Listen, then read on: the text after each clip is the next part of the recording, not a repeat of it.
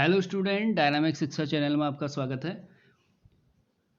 Physics के अंदर class 12 का हमारा टॉपिक चल रहा था, उसमें हमने कूलम्ब्स लॉ को थोड़ा सा डिस्कस किया हुआ था। कूलम्ब्स लॉ को थोड़ा नहीं, बहुत सारा डिस्कस किया था। एक तरीके से हमने पूरा उसका वेक्टर फॉर्म से लेकर उसका थ्योरेटिकल पोर्शन को कवर किया था।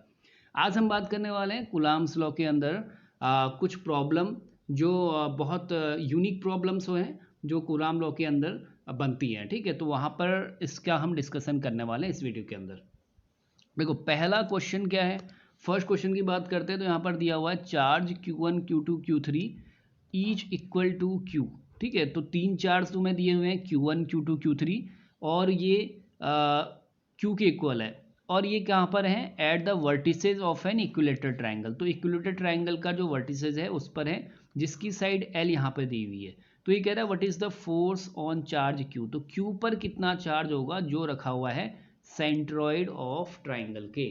तो सबसे पहले तो हमें ट्राइंगल कंस्ट्रक्ट करना है, राइट। तो ट्राइंगल कंस्ट्रक्ट करने के लिए मैं कुछ थोड़ा सा ज्योमेट्रिकल पोर्शन का हेल्प लेता हूँ और एक ट्राइंगल कंस्ट्रक्ट करते हैं, राइट।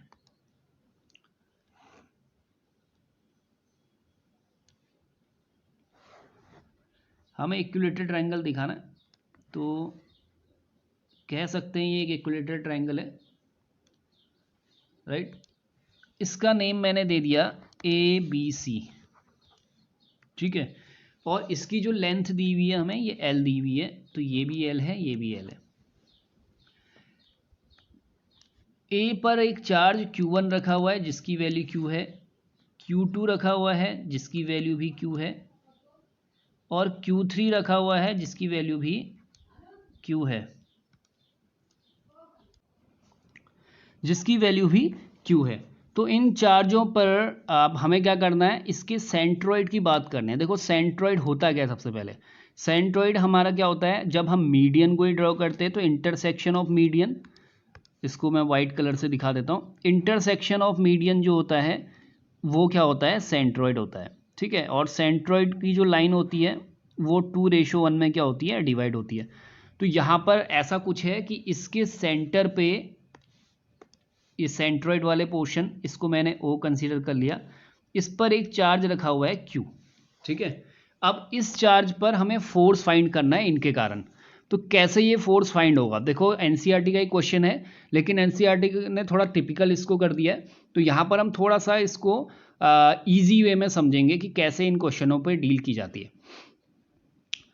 तो बात करी जाती है यहाँ पे, सबसे पहले देखो हर कोई पॉइंट पे जो चार्ज है वर्टिसेस पे, ये क्या करेगा, सेंटर पे फोर्स लगाएगा। ठीक है, क्योंकि सेंटर पे हमें क्या करना है, फोर्स निकालना है। तो ईच चार्ज क्या करेगा, सेंटर पे, सेंटर के चार्ज के ऊपर फोर्स लगाएगा। तो मैं क्या करता हूँ, यहाँ पर मैं चार्ज को डिनोट करता हूँ। Q1 जो चार्ज है जिसकी वैल्यू Q है, इसके कारण जो Q पॉइंट पर, ठीक है, इस पॉइंट Q पर, मतलब ये O पॉइंट पे जिसकी वैल्यू यहाँ पे Q दी हुई है, इस पर जो क्या लगेगा, फोर्स लगेगा, इसको मैंने कह दिया FA।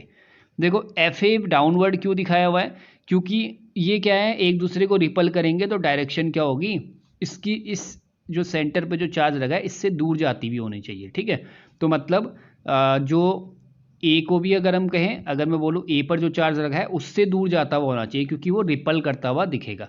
तो सब पॉजिटिव है तो बिल्कुल यहाँ पर रिपल करेगा। तो इसकी वैल्यू मैंने कह दी FA, राइट। AO डिस्टेंस यहाँ पर क्या होगा, इनके बीच की डिस्टेंस को शो करेगा, Q1 और Q के बीच की, मतलब A और O के बीच की जो डिस्टेंस है उसको हम शो करेंगे AO से। सबसे पहले तुम्हें पता होना चाहिए जो AO डिस्टेंस है ये BO के इक्वल होगी और ये CO के इक्वल होगी, क्योंकि ये एक इक्विलेटरल ट्राइंगल है। ठीक है, तो यहाँ पर मीडियन जो बनेगा, जो सेंट्रॉइड बनेगा, वो क्या होगा, एक ऐसे पॉइंट पे होगा जिसके लिए ये हर कोई वर्टिसेस से डिस्टेंस क्या होगी, इक्वल होगी। तो अब मैं क्या करता हूँ, FA फोर्स को मैंने यहाँ पर दिखा लिया। B वाले पॉइंट Q से इस पॉइंट O पर जो चार्ज Q रखा हुआ है, इस पर जो फोर्स लगने वाला है वो भी क्या लगेगा, FB लगेगा। इसकी डायरेक्शन कैसे होगी, इसकी डायरेक्शन होगी बाहर की ओर, ऐसे ही, इसको मैंने कह दिया FB। ठीक है, अब C वाले जो चार्ज है Q, इससे Q पर जो फोर्स लगने वाला है उसकी डायरेक्शन हो जाएगी ऐसे, इससे मैंने कह दिया एफ सी, राइट। तो अब मैं क्या करता हूँ, इन सब की वैल्यूज़ निकाल देता हूँ। तो एफ ए कितना आने वाला है, एफ ए फोर्स क्या होता है के, ठीक, Q1 Q2 upon are square. तो देखो Q1 की जगह पे क्या है यहाँ पे Q, के क्यू इंटू कैपिटल क्यू, दूसरा चार्ज है कैपिटल क्यू, डिस्टेंस यहाँ पर मैंने एओ ली है तो एओ का होल स्क्वायर, ठीक है। तो ये मेरा एफ ए हो गया। ऐसे ही मैं एफ बी निकालता हूँ, एफ बी की वैल्यू भी सेम आने वाली है क्योंकि यहाँ पर ये क्यू चार्ज है और सेंटर पे क्यू है, तो K Q Q upon B O square, right. ये सेकेंड इक्वेशन बन गई।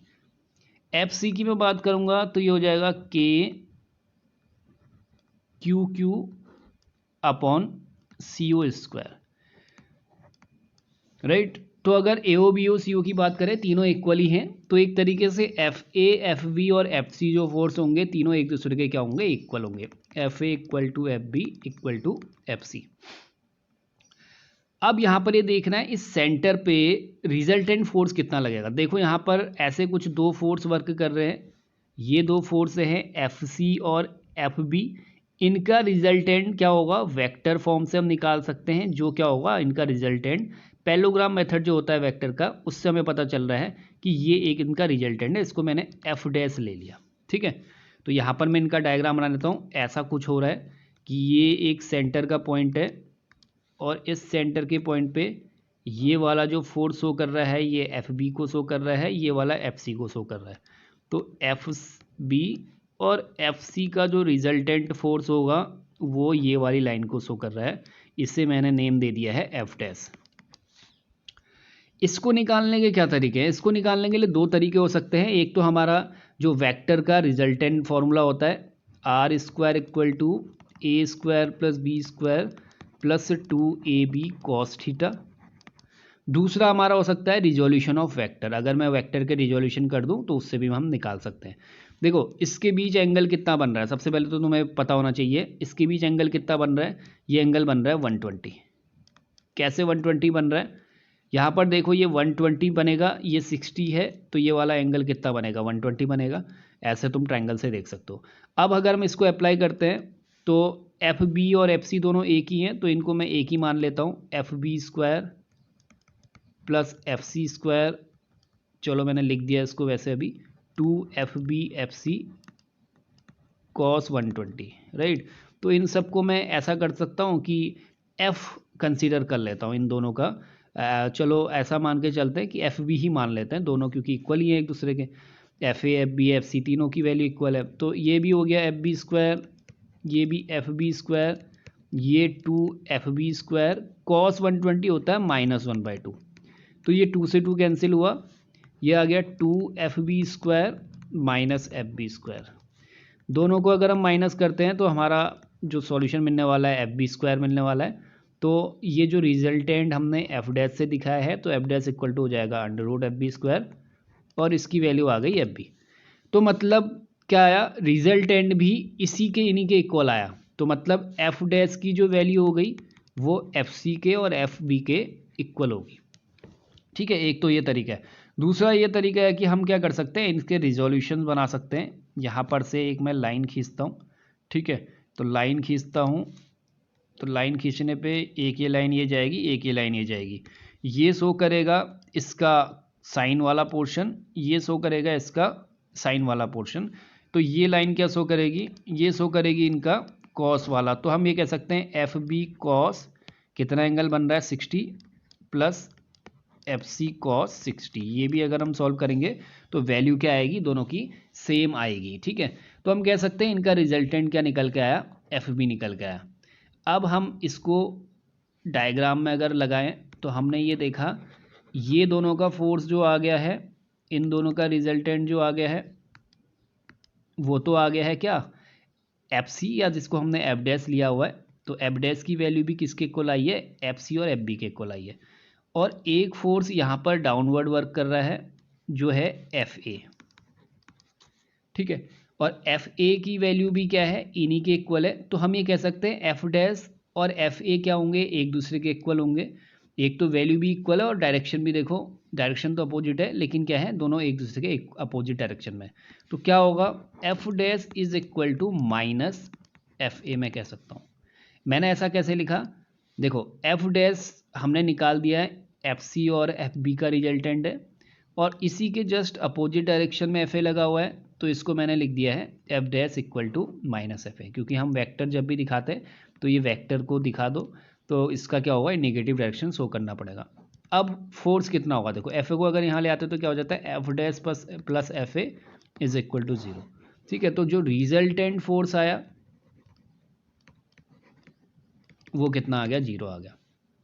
ठीक है, तो ये तरीका था इस क्वेश्चन को समझने का। यहाँ पर हमने बहुत मतलब एक्सप्लेन वे में समझा हुआ है। अगर मैं इसको थोड़ा सा शॉर्ट वे में समझाऊं तो ऐसा कुछ होने वाला है। ठीक है, मैं एक लाइन के अंदर भी इसको समझा सकता हूँ। देखो यहाँ पर एक ट्राइंगल है,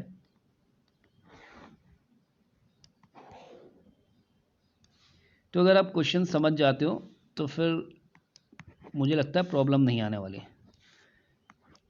ये तुम्हें कुछ दिया हुआ है, इसी क्वेश्चन को मैं समझा रहा हूँ। यहाँ पर ये मीडियन है और मीडियन क्या कर रहा है, ये सेंट्रोइड बना रहा है।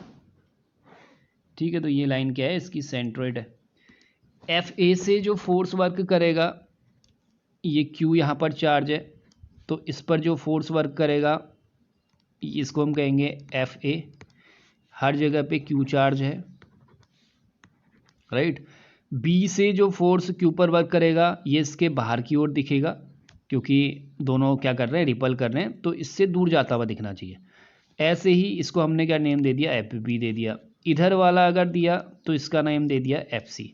देखो अब एफ बी और एफ सी ऐसे लगे हुए हैं, दोनों की वैल्यू सेम ही आएगी, क्योंकि ए ओ बी ओ सी ओ क्या है, इक्वल है। तो एफ सी ऐसे लगे हुए हैं, इनका रिजल्टेंट ये हो गया, इसको मैंने एफ डैश कह दिया। ये भी क्या होगा, क्योंकि ये 120 एंगल बन रहा है, तो हमेशा याद रखना अगर 120 बनता है तो रिजल्टेंट क्या आता है, इन दोनों के इक्वल ही आता है। तो मतलब रिजल्टेंट भी क्या हुआ, इन्हीं के बराबर हो गया। तो हम कह सकते हैं F dash equal to F B equal to F C. ये वाला एफ ए यहाँ डाउनवर्ड लगा हुआ है। ठीक है, तो अब देखो एफ ए और एफ डैश की वैल्यू क्या है, दोनों सेम है, क्योंकि F A F B F C तीनों सेम है, और एफ सी और एफ बी का रिजल्टेंट जो एफ आ रहा है वो भी इनके क्या है, इक्वल है। तो हम कह सकते हैं एफ डैश क्या है, ये भी इक्वल है किसके, एफ ए के, लेकिन दोनों की डायरेक्शन अलग अलग है।